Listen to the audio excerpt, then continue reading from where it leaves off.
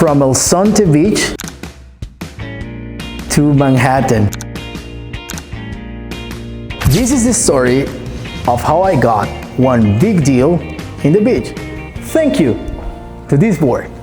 Okay, it's the year 2014. I'm hanging out with some friends at the beach and we noticed this American guy and he was like asking for directions. Probably he was lost or something like that. And I joined the conversation. And like just talking and asking some questions. I asked him what you do for a living, right? And he said, I have a digital agency based in Manhattan, in New York. And I was like, wait, what? I'm like, you serious? Like in Manhattan, you're the owner of the founder of a digital agency in New York City? What are the odds? I mean, we're here in El Salvador, right? So we exchange contacts, email addresses, and that's it. Weeks later, my phone rings and I got a call from him.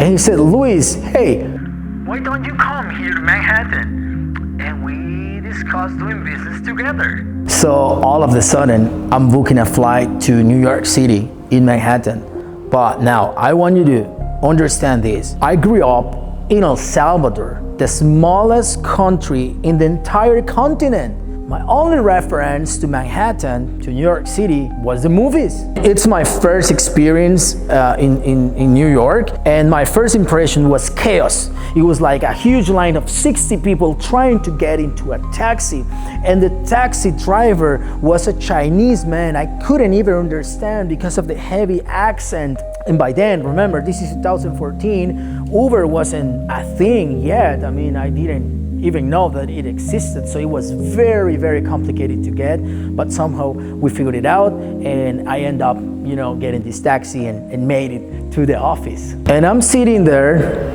in the taxi just like looking around these huge buildings and just thinking, all right, Luis, you made it. You are in New York doing businesses.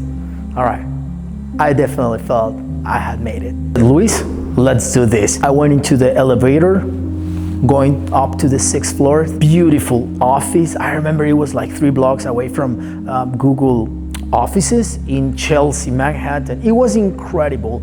But you know what blew my mind back then?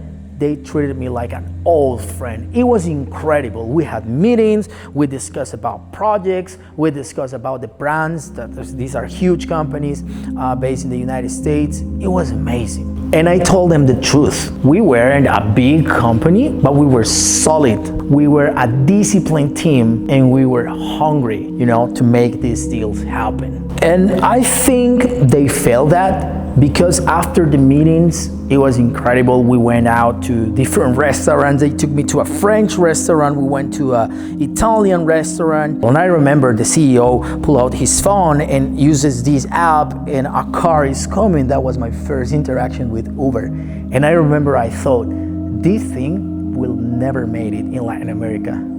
How wrong I was.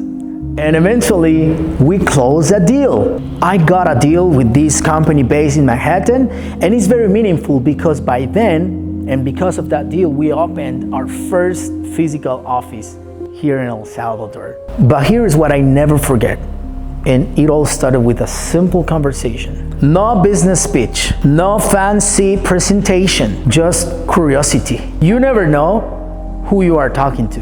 The next person you meet could change your business, your future, and even your entire trajectory. Opportunity doesn't always knock the door loudly. I was able to meet this founder at the beach, but I wasn't looking for leads or prospects. But when the opportunity showed up, I was able to recognize it.